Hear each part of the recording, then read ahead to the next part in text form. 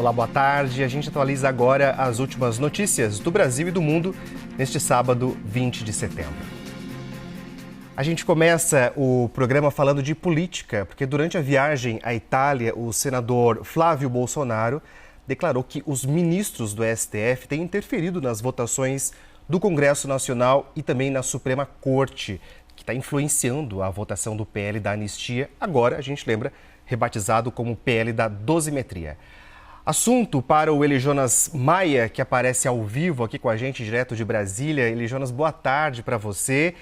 O que mais o senador falou?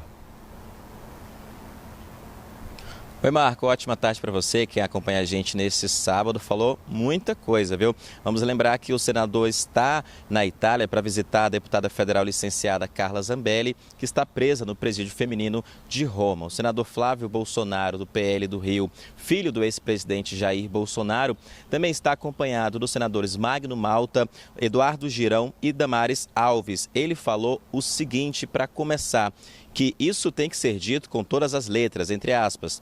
Hoje, o Supremo Tribunal Federal manda no Congresso Nacional e as votações são influenciadas com pressão de ministro da Suprema Corte. Ele falou isso a jornalistas em relação ao PL da anistia, como você muito bem lembrou, foi rebatizado pelo relator Paulinho da Força, do Solidariedade, para PL da dosimetria, porque, segundo ele, não vai ter anistia ampla e geral e restrita, como o PL, partido do ex-presidente Bolsonaro, quer e defende, mas sim uma redução de pena para aqueles condenados do 8 de janeiro e tentativa de abolição ao Estado Democrático de Direito. O senador do Rio de Janeiro, Flávio Bolsonaro, também disse o seguinte em relação à possível suposta interferência do Supremo Tribunal Federal nas votações e negociações do Congresso Nacional. Ele disse que só que ninguém acha antidemocrático aqui ou parte da mídia. O ministro do Supremo ligar para o presidente da Câmara e falar: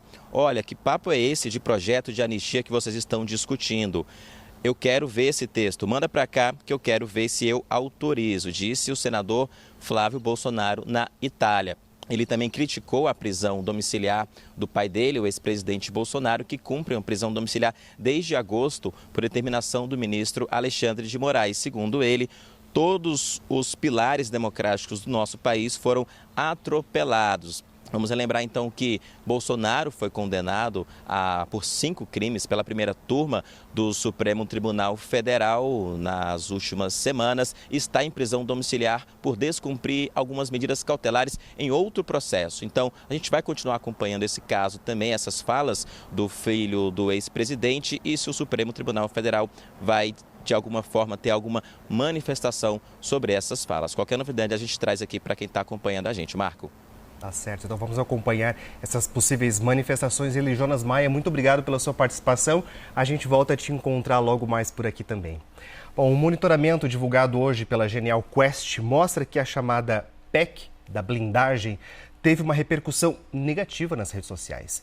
83% das menções feitas sobre o tema reprovam a decisão dos parlamentares, com críticas principalmente ao presidente da Câmara, Hugo Motta, e também ao Congresso, impulsionadas por parlamentares e também influenciadores mais alinhados à esquerda. 46% das menções à PEC da blindagem estão relacionando ao presidente da Casa e também à própria Câmara dos Deputados.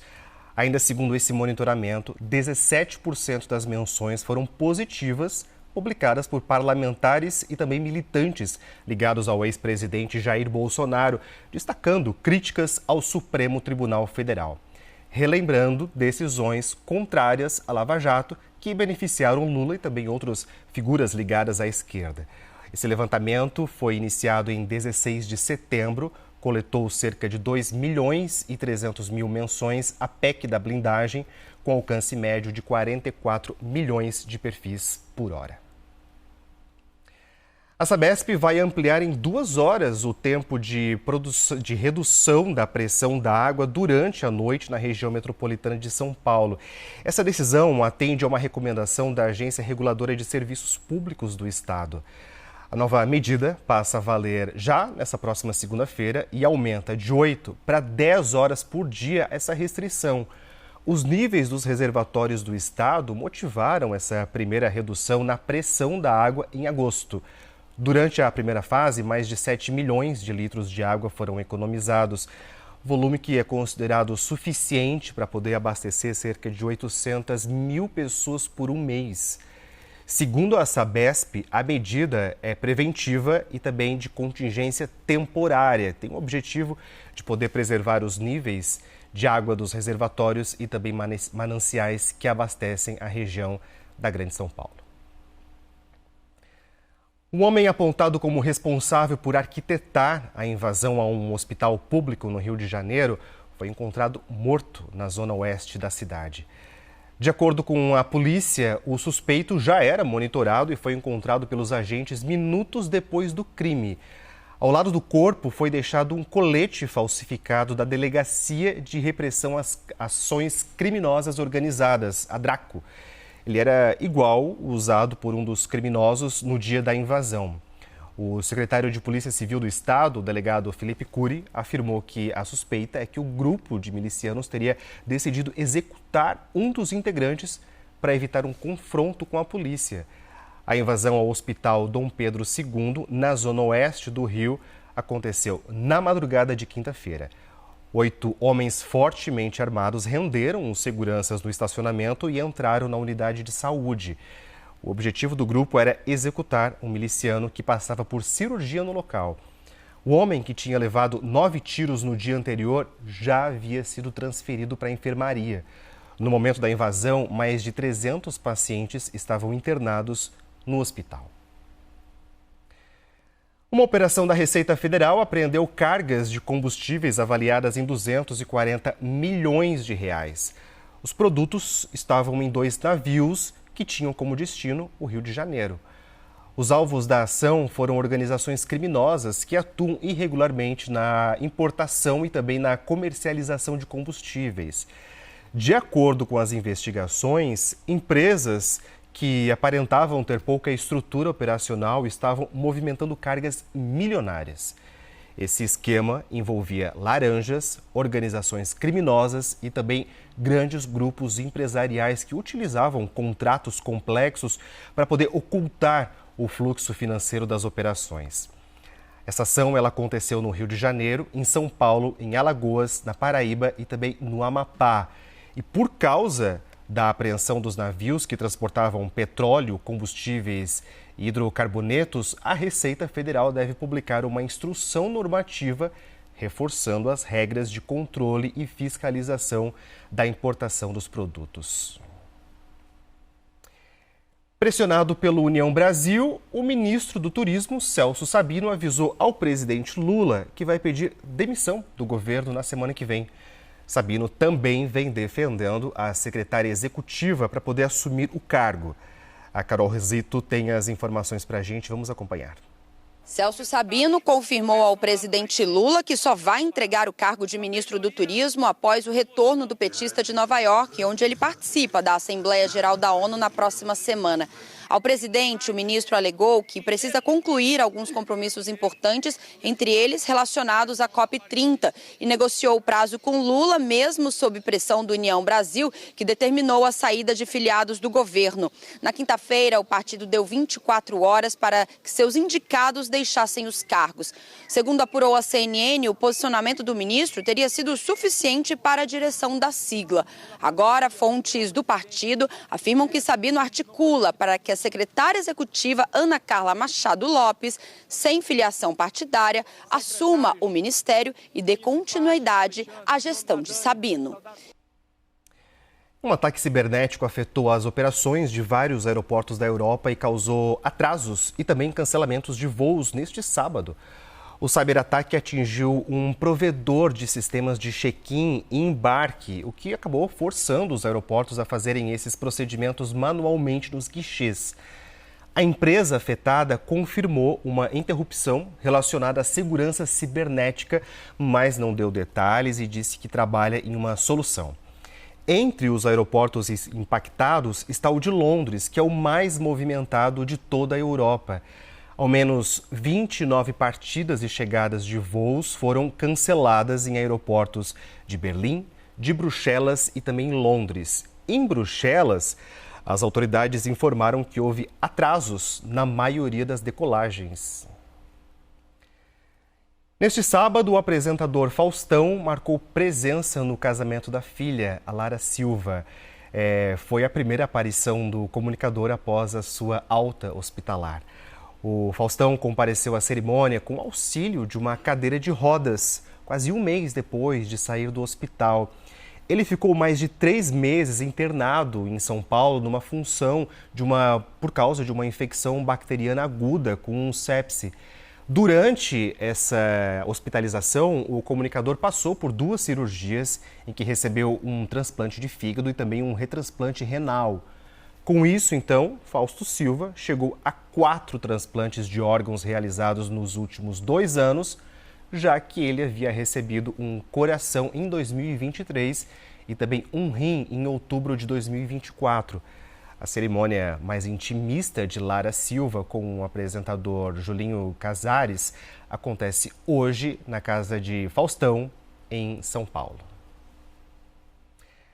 A CNN acompanhou o último show da turnê Lifetimes da cantora pop Katy Perry no Brasil. Ela encerrou a apresentação em Brasília e levou mais de 30 mil pessoas ao delírio. O Eli Jonas Maia estava lá e conta tudo o que aconteceu nesse show a partir de agora. Vamos acompanhar. Horas antes do show, uma multidão já aguardava a presença da cantora pop mundial no estádio Mané Garrincha. E claro, com muita animação e gritaria. Mas também tinha gente guardando energia antes da estrela entrar no palco. Fica quietinha, porque depois a gente dança, grita, pula e aproveita o show já mais descansado. É um show animado, né? Um show animado, tem que gostar. Você, expectativa, primeira vez no show dela? Primeira vez no show dela, a gente tá sentada só pra guardar energia, porque na hora do show mesmo a gente vai pular bastante. E não só os fãs da capital que vieram prestigiar Katy Perry. Esse fã é do Tocantins. Primeira vez em Brasília? Não, não é a primeira vez em Brasília, já morei aqui um tempo atrás. Mas morando em Tocantins, veio só pro show? Só pro show. Cheguei hoje de manhã. E aí, a primeira vez que você tá no show da Katy Perry? É a segunda vez, eu já vi ela antes no Rock in Rio. E hoje vai ser melhor ou não? Hoje espero que com certeza ela vai ser muito melhor. A dona dos sucessos Firework, California Girls e I Kiss a Girl encheu a Arena BSB com 30 mil fãs. E na hora do show, claro, o público foi à loucura. E no momento de Dark Horse, um grito viral que é marca do Brasil com a cantora. E se tem alguém que ainda não conhece a Katy Perry, eu vou falar apenas um dos tantos feitos dela. Em 2011, ela se igualou ao rei do pop Michael Jackson, alcançando o Hot 100 da Billboard com 5 canções. Até hoje, ela é a única artista feminina a alcançar este feito. Por isso, é sucesso por onde passa. Olha que curioso, tem pai e filha que estavam no show da Katy Perry 10 anos atrás, no Rock in Rio, e eles do Rio de Janeiro, ela veio só pro show, muito fã, toda caracterizada também. Ele tá morando em Brasília agora tem 1 ano. Por que você é tão fã da Katy? Cara, eu acho que ela é uma pessoa muito de luz, sabe? Eu acho que ela consegue transmitir esse amor, essa energia pro público. E agora o pai, parceiro, né? Foi naquele, tá nesse aqui também, por quê? Porque eu amo a minha filha.